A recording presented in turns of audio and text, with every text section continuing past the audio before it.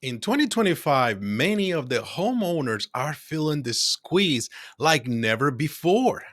And I am sure you are one of them. Today, I will break down why are so many trapped and how you could have avoided.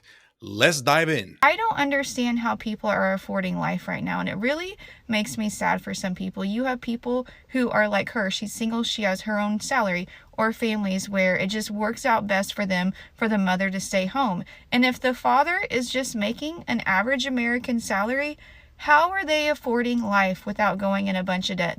So let's define what it means to be house poor.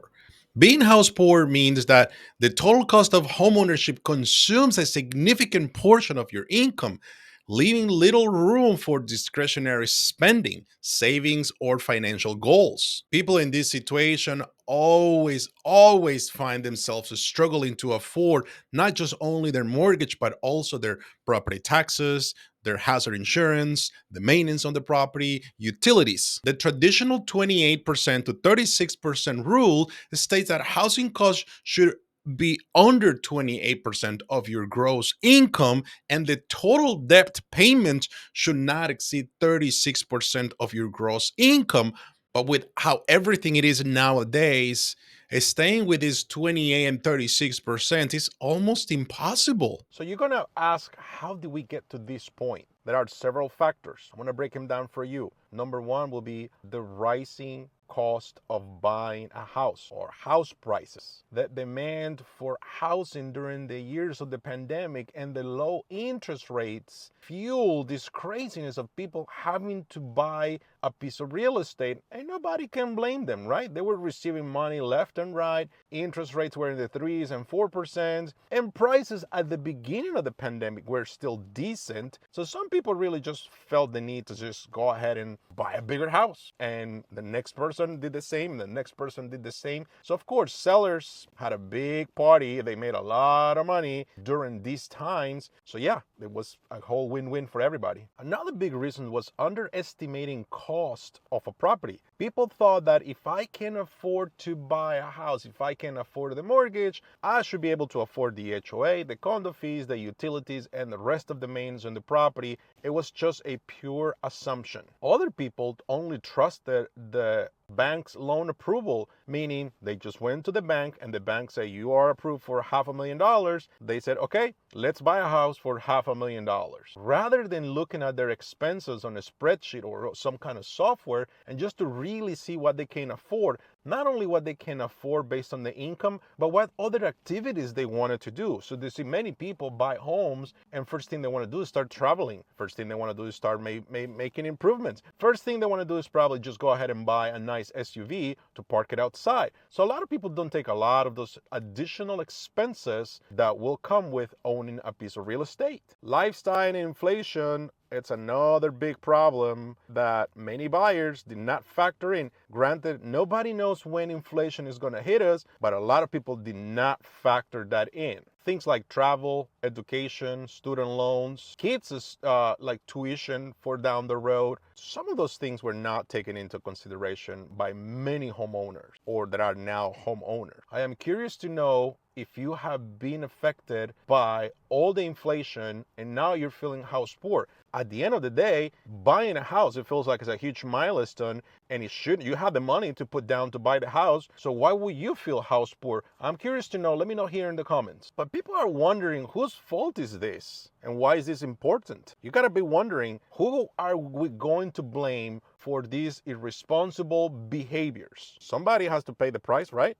The key responsibilities falls in multiple parties. Let's talk about buyers first. You see, buyers fail on properly planning and taking in consideration not only the mortgage cost, but the other responsibilities as well as their lifestyle. They didn't take that in consideration. When they were buying a house and they had a car that was 10, 15 years old, they never thought that that car could potentially break. So they went ahead and bought the most expensive home, and guess what? The car broke a couple days later. Now, do you spend the money on fixing a car that is probably worth nothing, or do you go out there and buy another car that is with prices that are super inflated and you maybe get some good money out of this. A lot of people didn't think about a lot of this. Life is going to happen no matter what, and you always have to have and take this into consideration. Banks, lenders, loan officers, mortgage brokers, you name it, they got into the craziness of just issuing loans to the highest point they can, stretching so many home buyers at that point to buy these ridiculous houses they should never have bought to begin with.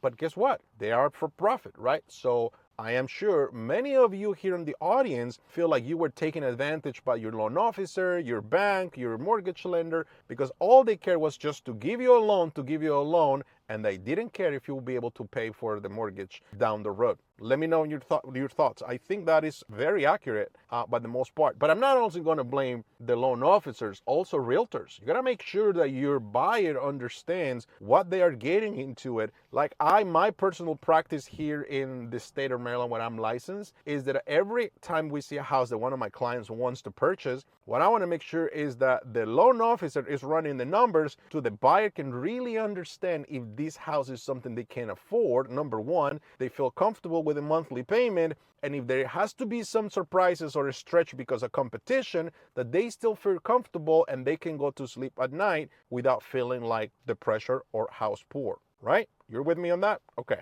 Real estate dynamics is always just pressures people just to buy houses. If the news are reporting that this is a good time to buy a house, so many people at night when they come home, single couples or families, they start thinking maybe this is the time to buy a house and we should start thinking about purchasing a house because the news said so. Not necessarily the case. You should not always trust what the news are saying. Just because your next door neighbor went ahead and bought a house doesn't mean that you also have to buy a property. It doesn't work that way. You also have to look into your own expectations, what you can and cannot afford. So be careful with that. But you gotta wonder, how could we have prevented all this? Was there a way for us to really prevent all this is happening? I'm gonna give you some tips today how this could have been prevented. I may not be 100% accurate, but at least I would probably cause you to think it twice before you were thinking about buying a house. Better financial planning. You see, I wish that when you go to school, they teach you to do better financial planning for yourself. They don't teach those things. So as a result, people just go by what they believe they feel comfortable buying without taking in consideration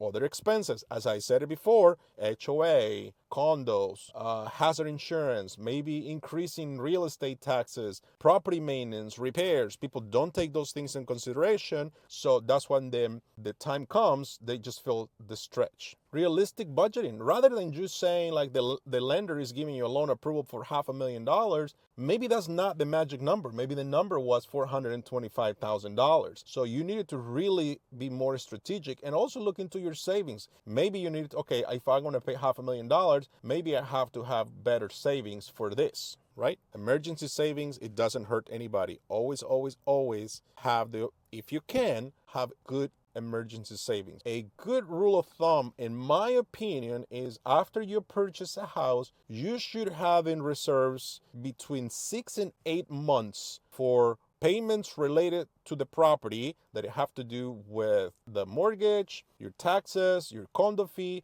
your utilities. You should have 6 to 8 months in reserves as soon as you buy a house. You see, this is proper planning.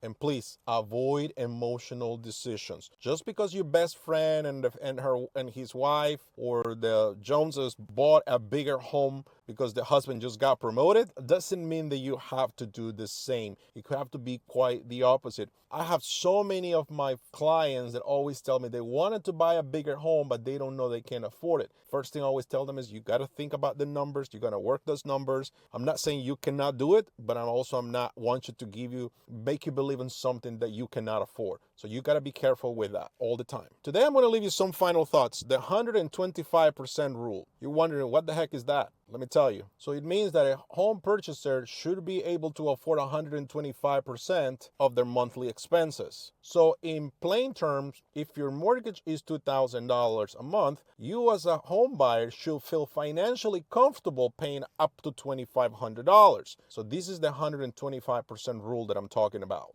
Prepare for this. This type of rule ensures good financial stability for you. Like I said before, 6 to 8 months of reserves, the 125% rule, the the 28 to 36% in expenses on a monthly basis, those are things that you have to be mentally prepared when the time comes for you to buy a house and not to feel house poor, okay? Home ownership is still one of the nicest ways and vehicle to build wealth in America. But it also has been struggling because things are no longer as affordable as they used to be. So you definitely have to be very careful with that moving forward. So I am Robert Garcia here, your local agent here in Maryland. I'm helping you decipher this raw real estate market so you can make informed and smart decisions. If you find value in this kind of content, please do me a favor and give it a thumbs up. And if you want to subscribe, I put content like this every week so you can be informed of what is happening in the real estate market. I'm not a crush bro type of person.